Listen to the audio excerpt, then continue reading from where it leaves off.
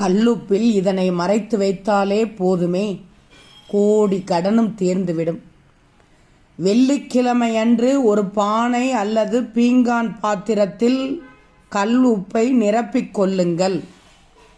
அதில் 5 ரூபாய் காசை யாருக்கும் தெரியாமல் மறைத்து வைத்துக் கொள்ளுங்கள். தொடர்ந்து 27 வெள்ளிக்கிழமைகளில் இதை செய்து வாருங்கள்.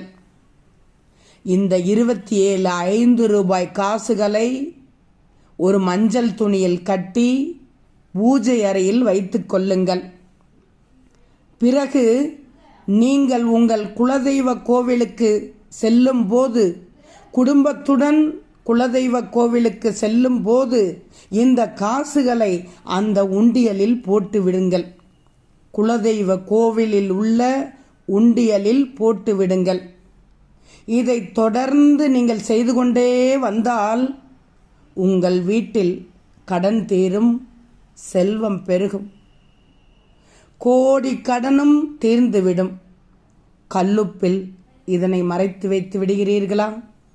செல்வம் பெருகும்.